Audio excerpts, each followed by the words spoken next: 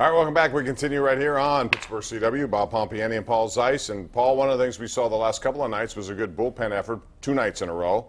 Last night it was Contos along with Nicasio who got the save in what turned out to be a combined 1-hitter. Tonight we see Contos again, 1 scoreless inning, made it look routine, and then it was Felipe Rivero. That's after A.J. Schugel. So, boy, you get a little depth in that bullpen. It means a lot, especially if guys can't go into the 7th inning. Well, I think the thing about Contos is you added a veteran guy who has 300-plus innings as a reliever.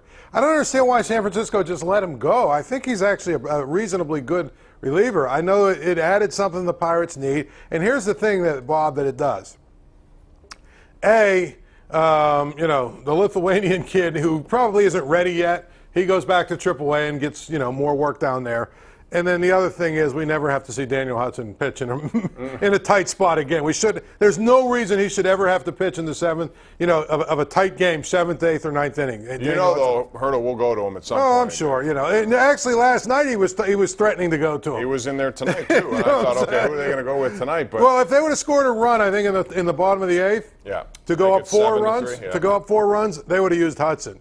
And probably still would have had to go back to Rivero because Hudson would have given up 2 or 3 runs. So the rest of this week they have 2 more against Detroit, this time in Detroit, and then they go to Toronto, a team which has been bad this year, even though they're dangerous because they have some hitters, just like Detroit. Those are 2 over and bloated payrolls that have not produced the kind of results that I think the 2 teams had in mind. So even though I'm an advocate of spending more, I've always said I'm not talking about $190 million. I'm talking about just doing things that make sense for your team that you could add on appropriately. 10, 12 million more. Right. That's what we're talking about. When you have the offseason and you haven't spent anything, I think that's what you should do. Exactly. So, but if you look at the rest of this National League Central right now, I mean, the Cubs even last night, they had a lead, but they played really fundamentally flawed baseball, I thought, against San Francisco. Well, look at them tonight.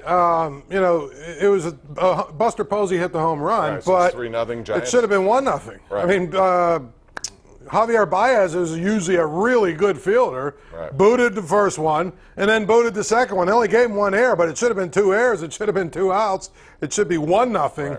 But poor defense, and it's 3-0. Well, they got 3. If they get it down to 3.5, if that holds out tonight, then all of a sudden you also look at all these remaining games head-to-head. 7 against the Cubs, 10 against the Cardinals, 7 against the Brewers, or 8.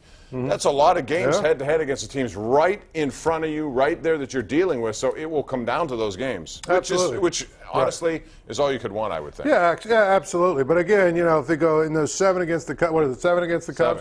7. You go 4-3. Well, you lose a game there. Right. That's the problem. You lose, a game or 2 in those games there. It's hard to make that up. All right, let's squeeze one more in before we go to break. That's Marie in Greene County. What's up, Marie? How you doing? I'm doing fine. I just have a question about the Pirates. Go ahead. What happened to Go Play? He used to be on. Down in the minors. He's a good defensive player, but his bat just didn't get it done. What happened to him? He just can't hit. He's in AAA. Yeah, I mean, he's there, and they still like him. He's a good defensive player. Yeah. One of maybe their best in their system. Very good. Very good. But he just can't hit consistently enough, and that's what they needed. All right, we'll take a break. Come back with more. Paul's going to be on the radio tonight, so if you're cruising around on 93.7 The Fan, check him out. That's Paul Zeise after the Pirate post game. I'll be back with more right after this.